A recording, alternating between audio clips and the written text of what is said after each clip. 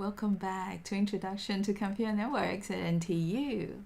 This is Polly again, and hi to Youcheng and Ray, right?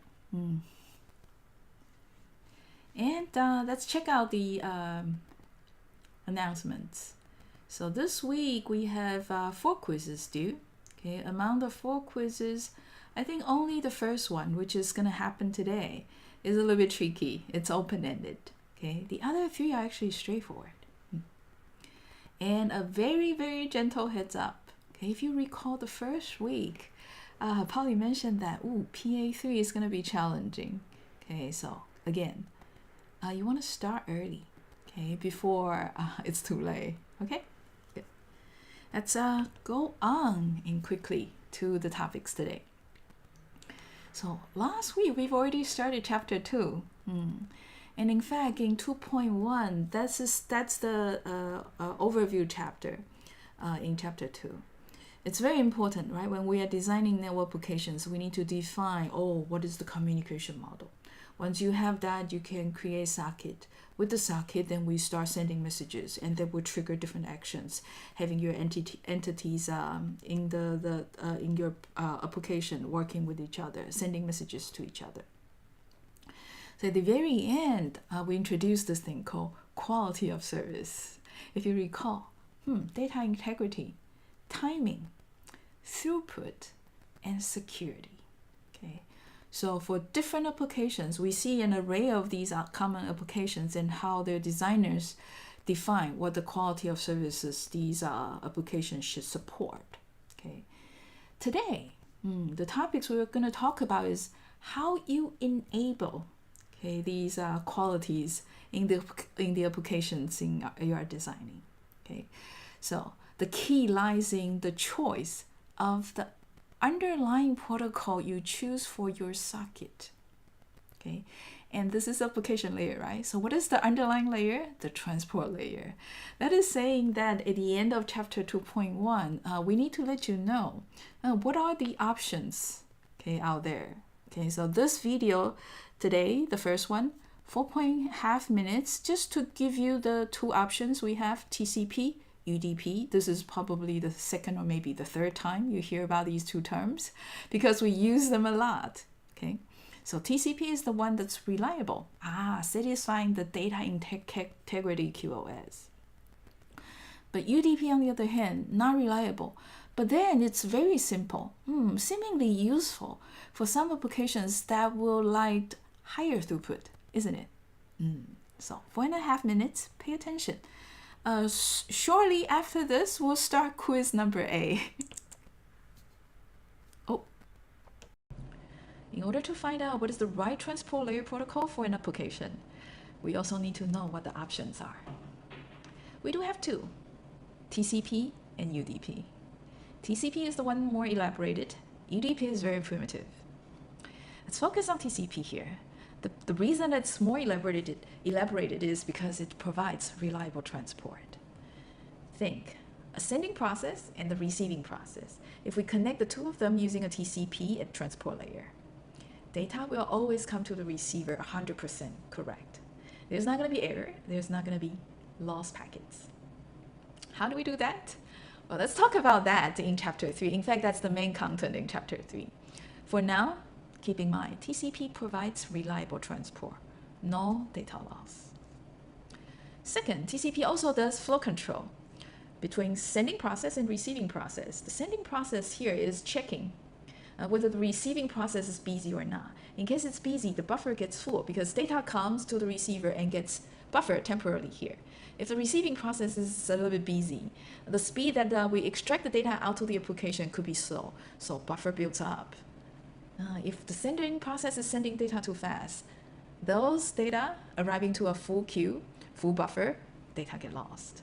If TCP is doing all it can to try to recover from loss, it doesn't make sense that sending process is sending data too fast to create data loss. So flow control means some sort of communication going on between the receiving process and the sending process so that the sending process will slow down. Congestion control. It's a little bit similar to flow control, but it's between all these other routers in the middle of the path from the sending process to the receiving process, in case any of the buffers, okay, in the middle on the internet is close to full. Sending process slows down. If the buffer is no longer full, packets can go smoothly, speed also comes back up. Okay, so that is called congestion control in TCP. This, in fact, is also one of the main content that we'll talk about in chapter 3.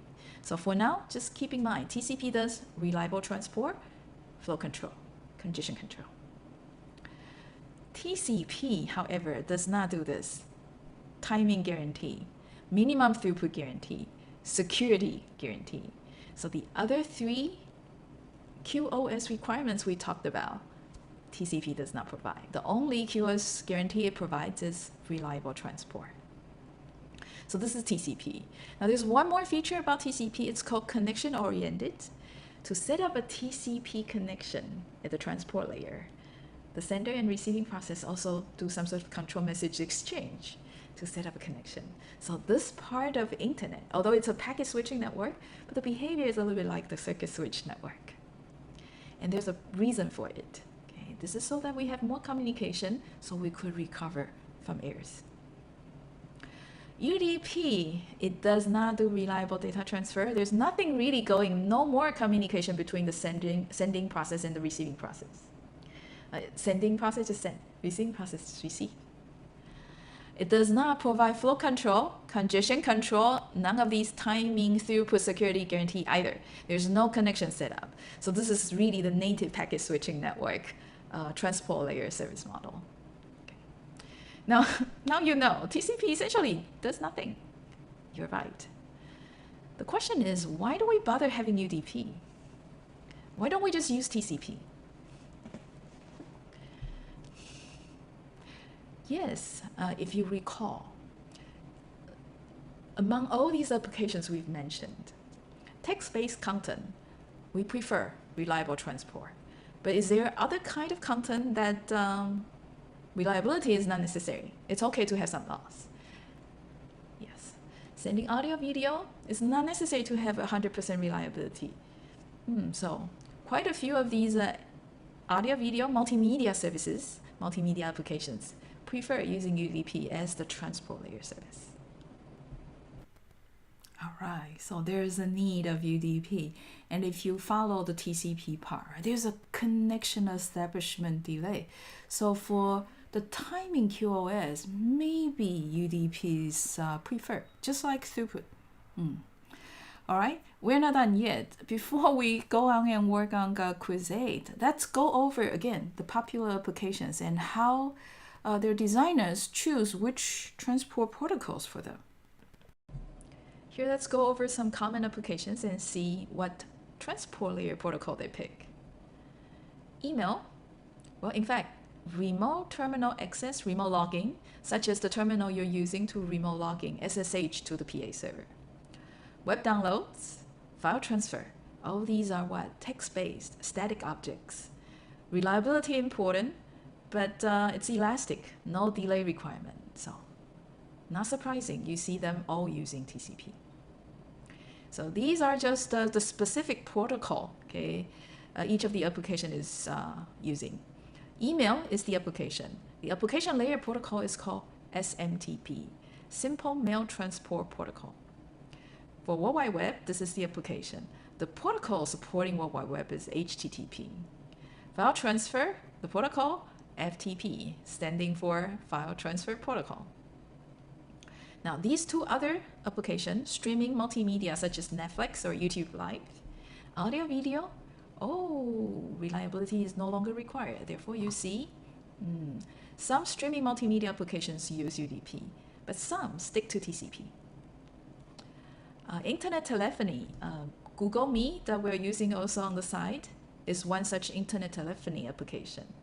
It's audio, video as well. So UDP, and sometimes some of these internet call services are TCP. All right, good. After seeing these examples, now let's try quiz 8. So let's go to the whiteboard mode. Okay, good. Good.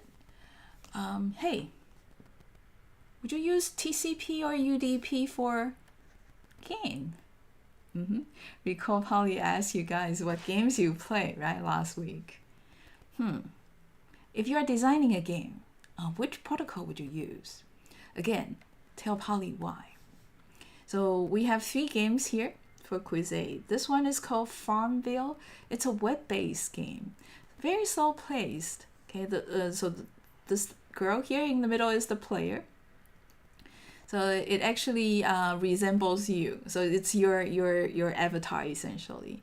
The way you play is to grow crops, okay, or flowers, okay, of your liking, essentially, okay.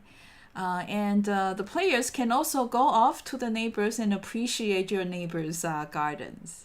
You can also go on after appreciation, steal maybe a flower or two and see if you can plant them on your garden, okay, and see if you can create one of your own, all right, grow one of your own. So that's Farmville. Would you use TCP or UDP for Farmville? Okay. Second one is called PUBG. This one is an older version of Fortnite. So it's a first-person shooting game you see here. Okay, so a bunch of players will be dropped into a restricted zone, and the gameplay is such that you shoot each other until the last one standing. So it's really cool. Okay, I don't know. In parts of the world, in parts of the business sectors, the competition is like this. Okay, so the key actions are the players shooting, okay, at each other. So would you like the shooting actions be reliable or timely? You'll probably debate within yourself a little bit here, right? Would you use TCP or TCP, okay, for PUBG? Third one, this one is RO. It's also kind of old. It's a massive online role-playing game. So the gameplay is complex. So this is like a bunch of players sitting outside of a castle, maybe just chatting, okay, catching up, okay, after school. And these players can also be shopping, okay, within the castle or trading among each other. Would you use TCP or UDP for trading? But most of all, as I said, this kind of game, the gameplay is complex. A gang of players can actually group up and go on a quest and hunt down some uber monsters. Okay, when you're doing that, would you prefer the fighting actions being transmitted over TCP or UDP?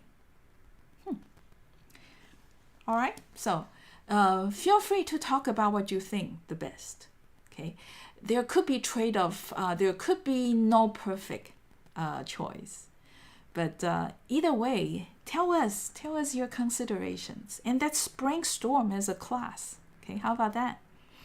Good. And for this quiz, it's open-ended, and you have 3 games to design. So guys, you have 8 minutes time. Okay, don't worry about it. Now let's go to the Discord space. And you know what? Okay, hey, we have students who kind of anticipate what's coming ahead, I guess, or very quick thinkers. That's fine. You know what? Slow or fast? Let's see if we get diversity as well. Interesting, isn't it? So let's go on and start counting time. 8 minutes. And if I see you guys are providing answers quick enough, maybe we'll start checking out what you guys say. Okay, so start counting time. Yes. All right.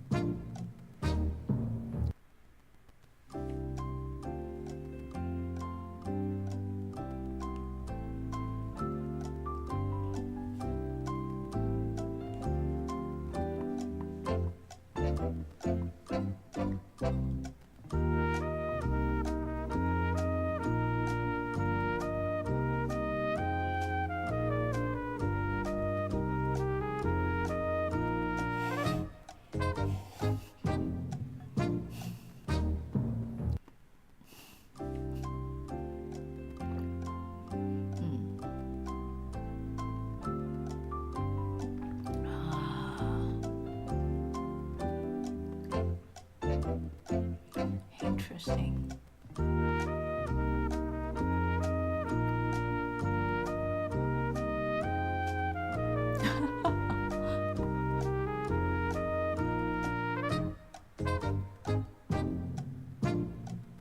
Interesting. Not time critical. Very good.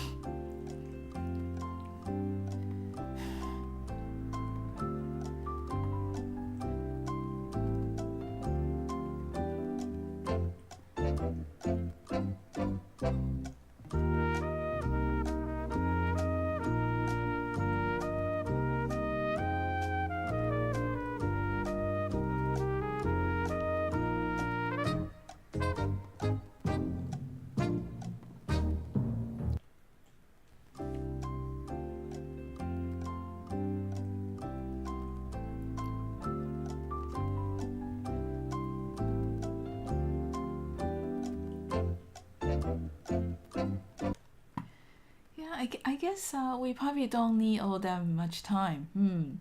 But hey, those who are, big thinkers, feel free to go on. So maybe we can start checking out some of so what you guys thought. Okay, Team 1 here says, for Vonville TCP, because it's slower pace game, indeed, right? If it's slow, then UDP, DCP doesn't matter. And perhaps for such a game, it's better it's reliable, right? So I guess TCP, UDP, either way, it's just that you beat UDP, the players might complain. How come I planted something and it didn't register, right? So, such as what Team 1 says here, for RO, when you are fighting something that's Uber, or if you're looting the treasure that's dropped from the monster, then hey, you would definitely want that action register, right? So for actions that are absolutely important, you go with TCP. PUBG UDP, I do see many of you suggesting for PUBG UDP is good.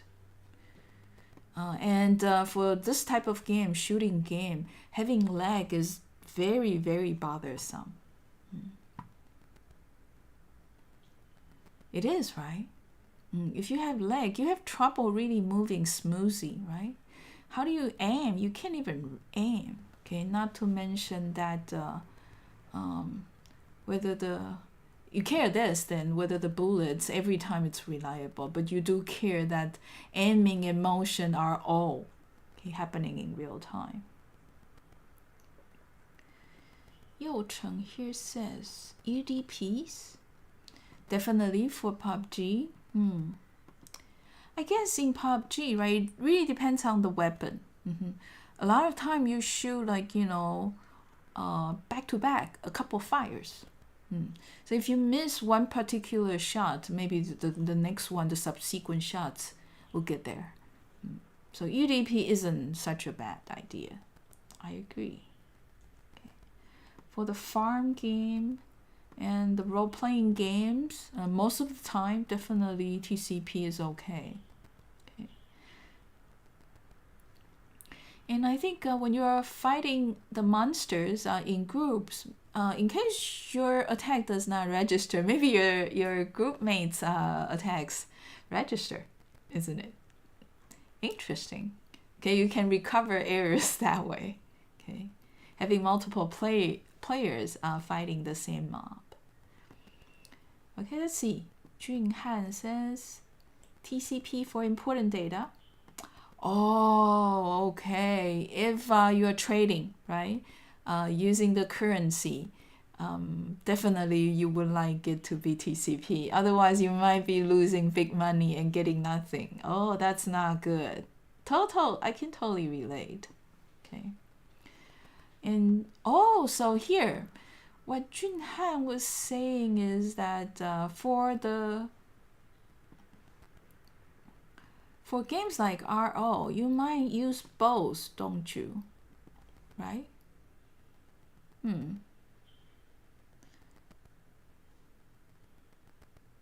Yeah. So Farmville, you use TCP, but for PUBG and RO, you debate and maybe use both, taking a hybrid solution, right? So that's a very mature thinking. That's why I gave you a wizard there. Farmville, TCP, planting, slow placed, and if it's reliable, it offers better playing experience, isn't it? PUBG, UDP, yeah, shooting games, moving, right? Aiming, thinking, everything better happening at the same time. So such a fast-paced game, it seems that UDP is the only option. So far, from what I see. Okay. RO, UDP is also more fast-paced. I see. So in RO, there are probably part of the games that are very fast-paced, and chatting probably doesn't care, right? You miss the sentence or you just chit-chatting. Doesn't matter all that much. Yeah, Katie, you probably don't know that in the online, in RO, there are tradings. Okay, for tradings, then it's not good to send data over UDP. Okay, Sparrow. Farmville TCP, and so far TCP for Farmville. So far UDP for PUBG. Extremely irritating. Oh my. Okay. Speaking like you play shooting games a lot. RO, probably TCP. So it's definitely not as fast paced as PUBG, right? So maybe it'll be okay. Sending the data through TCP. Farmville, TCP. It's web-based. Oh, Boyuan, you probably know how TCP, how web transmit data. Yeah, if you send data over the web, it's always TCP. Okay. So in a way, if you choose to implement the web-based game, you're already choosing TCP. Well, no, you guys will learn about this in chapter 2.2. PUBG, UDP, timing absolutely important. Okay, no compromise there. ROTCP is trading. You see, in this online role-playing game, then hey, I see very diverse answers now, right? Some emphasize the trading part of the game. Some might emphasize the fighting part of the game. Loy here says using UDP, instant response. TCP, data that can tolerate delay. Okay, so Team 21, isn't this like a really nice summary of when you use UDP, when you use TCP? There you go. Let's see. Yuzheng, Team 16, TCP for Farmville. Yeah, need accuracy for chatting. For a chat app, then definitely. PUBG, UDP, absolutely priority timing. RO, UDP. Oh, I guess there are all kinds of gameplays in MMORPG. That is why. I guess maybe down below, and I saw someone above already, right? For this type of gameplay, UDP, that type of gameplay, TCP, and for complex games or complex apps, chances high that you use both protocols, UDP and TCP. Very good. 正年, ROTCP for texting is the most important. Okay, I guess different people playing RO different ways, right? Yeah, I do observe. I do observe some of my sort of cousins or nieces. They play RO in a way that most of the time they are online or just chatting, chit-chatting, making friends. Well, that's a way of making friends. Interesting. And Ray here says, real-time game, UDP. Farmville doesn't require low latency, TCP is fine. RO is not. Okay. If the real-time interaction is not that important, okay, good. So you're saying that, hey, RO is a game that you're not quite sure, but given the principle, you know, if it can tolerate a little bit delay, TCP will be better, safer in a way. All right. Jordan, TCP, UDP, TCP conversation. Yeah. Very interesting. Depends on the game type. Oh. Okay, we must have real-time updates, no lag, then UDP. Otherwise, TCP. Yeah, I think that's a rough classification, but effective classification. TCP for Farmville, PUBG. Yeah, all first player shooting game. Go with UDP. RO? Okay, so Kobe Key here says UDP nonetheless for RO. So I guess Tingqi plays mostly just the monster hunting part of the game. TCP. Very good. UDP. Hey, we're converging. We should use a hybrid style. Andrew, we are converging for sure. Sherwin, TCP for Farmville, UDP for PUBG, and RO is not familiar. Oh, okay, you're not familiar with the game, but I think it is probably similar to, yeah, it is similar to WoW. And party raids, yeah. Okay. For party raids, UDP, but otherwise it's probably okay going with TCP. All right. So I'm giving you a geek face there.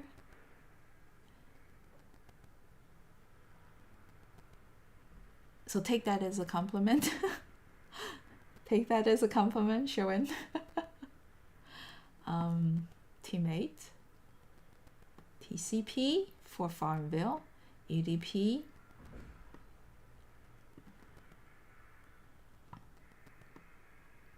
Very well elaborated, Ethan.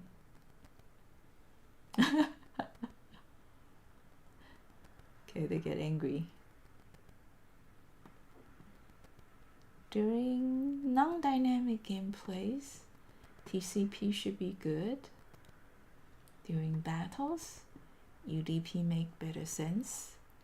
Ethan, very complete. Love it.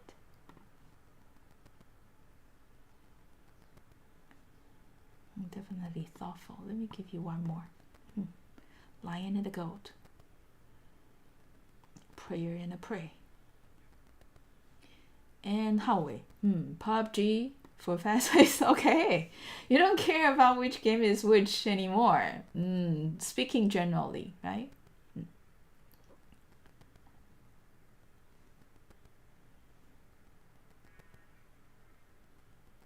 I see. And having said this, you meant for the rest of the games, TCP. I hope that I got it right. Okay. And 新闻 here. Team 26. Farmville TCP should guarantee no data loss. The speed is not demanding. UDP. There's no big data to transfer. Okay, good observation. Okay, much faster speed. And oftentimes the actions we do on these first-person shooting game, there's redundancy, right? If you move here, and you miss the next move, but typically what you do is just keep clicking and going towards the direction you want to move, isn't it? So if you miss one particular keystroke, it doesn't matter all that much. Because it also needs to guarantee no data loss. Okay. So in case the game pace is not so fast, right? TCP will be safer. Okay. And Ivan here. Just a little discussion. Okay. I think if require real time, then it had better to do with UDP otherwise. Okay. Yeah, so this seems to be the key, right? It decides UDP or TCP because timing, TCP does not do well. Later on you will see HTTP or web transfer is the worst. You never seen a shooting game as a web game. There's a reason. Okay, very good. Emphasizing this part of your key decision process. Okay. Bob, TCP. Yeah, instant response unnecessary. UDP, instant response necessary. Okay, because all the actions needs to be happen in an instant. It's not like in role-playing game, right? So PUBG is just special absolutely for number 2, UDP. And you hope that there's some redundancy in the game design such that you don't need to worry too much about having packet losses. TCP, same as 1. Yeah, so for the role-playing games, unless you are really fighting the big monsters. But when you are fighting these major monsters, you are usually going in a group. So maybe timing isn't all that critical. At least that it doesn't appear all that critical as in PUBG.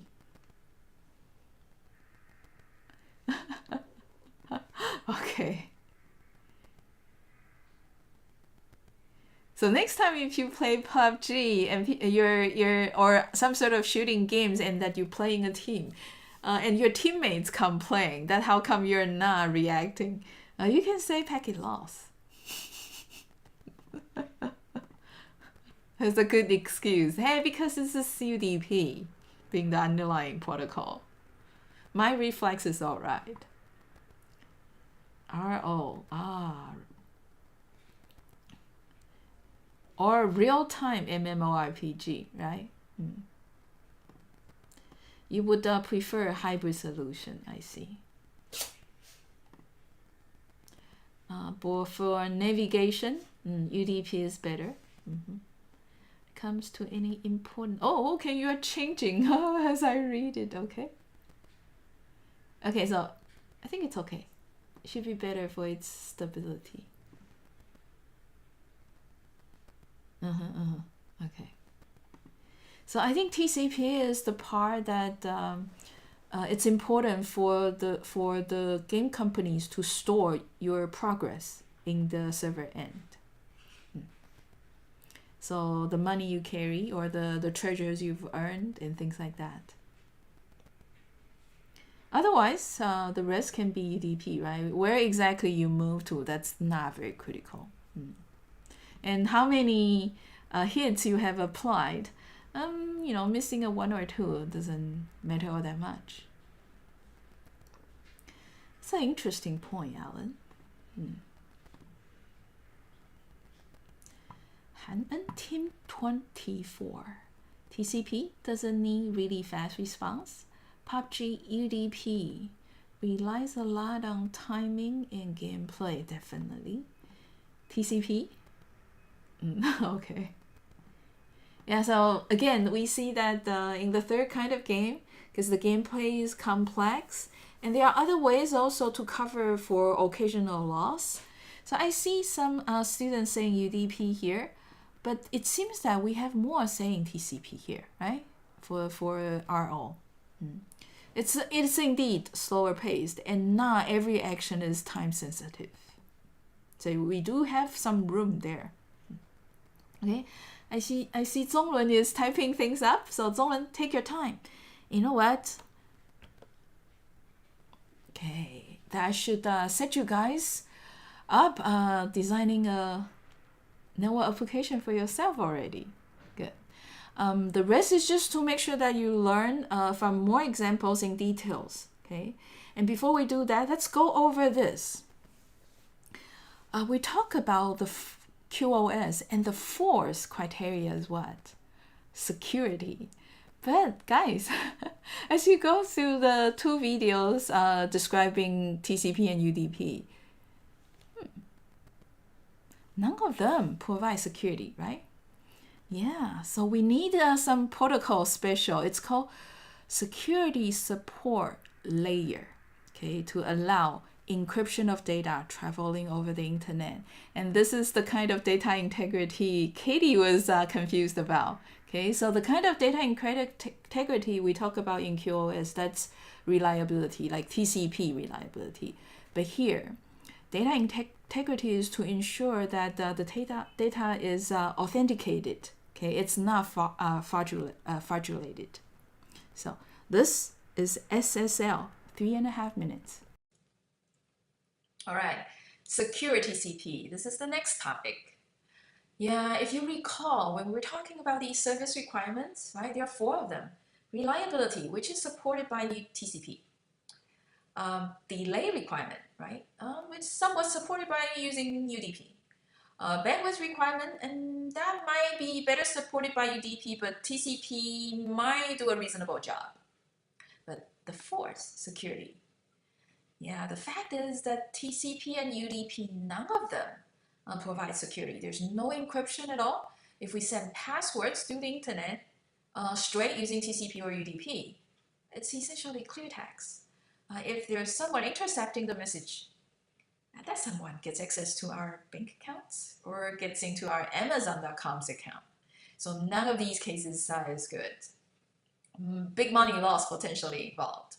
So demand is growing, therefore there is need of these secure layers. So this is secure socket layer. So what it means is that before messages go through the socket and go out on the internet, let's make sure that it's secure. Okay, so it's to provide encryption to messages that's going into a TCP socket. As a result, then we can encrypt messages using a key, or we could verify the receiver using a certificate. Okay. So this is just as important as trying to make sure that the data is confidential, okay? Because how do you know if this server that you are contacting to is indeed a Google server, right? How do you know if it's indeed your bank's server? So this is to identify whether the person you're talking to is indeed the person you're expecting. This is just to make sure that no one can understand the message. No third person can understand the message. Okay. And SSL is at application layer. Yeah, it's on top of TCP, therefore it falls in the application layer. But it's also right underneath the application layer protocol, so message go through the application layer protocol, and then to the SSL, and then to TCP. Okay, so this picture below illustrates what I meant here. So SSL right here, right underneath the application layer protocol, but right above the transport layer protocol. Last, SSL socket API. Yeah, to implement SSL, there are APIs available for each programming languages. In chapter A, you will see Python's API to try to encrypt messages before they send messages out onto TCP socket. Now, in this semester, towards the end, one of the PAs, you will also be exercising the APIs in Golang to do secure TCP. But there, we'll be using this, TLS, Transport Layer Security Support. Yeah, this is actually a newer term for SSL. So nowadays, people don't call the security support over TCP SSL. They are all referred to as the TLS, okay? If you think about it, this makes a lot of sense because, hey, SSL there is not really a layer. It's more a support for security, all right? All right, so SSL, the implementation is actually in the application layer, not quite in the transport layer. TCP, UDP, however, are in the transport layer. So next video is to describe the full detail of TLS. So from here on, we don't say SSL anymore. That's how people refer to the secure transfer in the old time. Nowadays, TLS. In this next video, very important 4.5 minutes, Polly will start by describing how we try to ensure secrecy in communication. And the old way was not exactly secure. And therefore, we need the public key crypto to help us to ensure full security. Okay, so, oh, by the way, this video coming up is one of the very early videos Polly has taken, so that the camera kind of hanging in the middle of it. So bear with that. Move your video focus to some other parts of the video. All right, so 4.5 minutes. Next, let's explain how TLS works. Before that, let me go back to the very fundamental computer security. How do you encrypt a message such that it can be kept as a secret? So the classic approach is the secret key mechanism. So what we do there is to generate a key, and we share the key with Bob and Alice. So when Alice has a message to send, use that key K, apply the encryption function, and it's going to generate something that's messy. So a third party in the middle here might intercept the message, but without knowing the key, it's not able to decrypt it. Bob, on the other hand, receiving the messy message, using the key, can restore the original message. Okay, so this is the classic secret key communication. Unfortunately, the secret key system will not work to implement TLS. If you think about it, we have one shared secret key. Let's say if Alice is the one generating the secret key. Alice is yet to send the secret key to Bob, isn't it? I mean, didn't we need TLS because we fear we send password in clear text to the other end? So Alice here is sending the shared secret key in clear text to Bob. Same problem. Yeah, so we do have a bootstrap problem with the secret key. Now, to address that problem, we use this other system on top of secret key. It's called the public key system. So instead of using one shared key, public key system generates a key pair. One is called the private key, the other is called the public key. All right, so the receiver of the secret message is over here. Sender of the secret message is on the other side. What the sender does is to plug the message she wants to send, and then encrypt it with the receiver's public key. Yeah, the reason that it's called the public key is exactly because R is going to give out that key to the public, including the sender here. So this is going to scramble the origin. So this function is essentially scrambling the original bits here using this particular parameter. So the encrypted message, as it arrives at the receiver there, then apply the same function and take the received message, and receiver can decrypt with the other key in the key pair.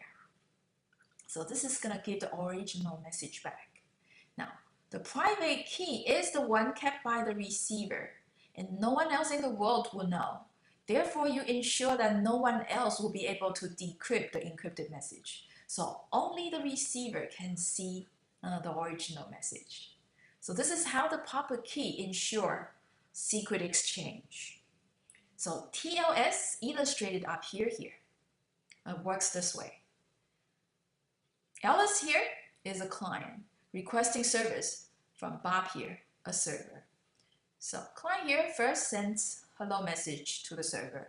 Server in response sends server's public key. So Alice here can then encrypt the shared secret that has been generated before using Bob's public key. So Bob's public key here. Then encrypted master key will arrive at the Bob side. And because Bob is the only one holding the Bob's private key, therefore Bob can restore the master key from ENS. And that's how Bob and Alice establishes the shared secret key. So in this case, you see, Alice is the one generating the secret key. And from then on, all the messages are encrypted using the master secret key. And that's how TLS worked. All right, so we now have secure connections one can establish. So these will be probably more for like banking services, things like that. And guys, you know what? This is where we will stop. And tomorrow, tomorrow morning, we'll enter chapter 2.2. So, in fact, from chapter 2.2, 2.3 and on, it'll be more like individual applications and how the application protocols are designed to support these applications. So we'll be seeing more examples and in more details, okay, starting from now. With that said, guys, I'll see you tomorrow. And by the way, guys, if you noticed, following the lectures during the lecture hours will actually make things easier because you have the assignments done, especially the quiz part. The PA part you can work on it independently anyway. Okay, so keep it going. I hope that it will save you a lot of time learning something new and important. Good, and that's all. Bye. See you tomorrow. I guess Ivan wants to say bye.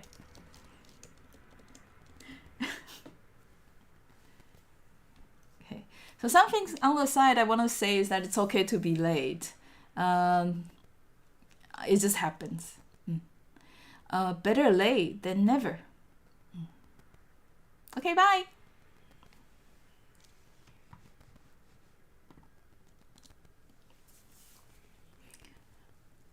See you guys.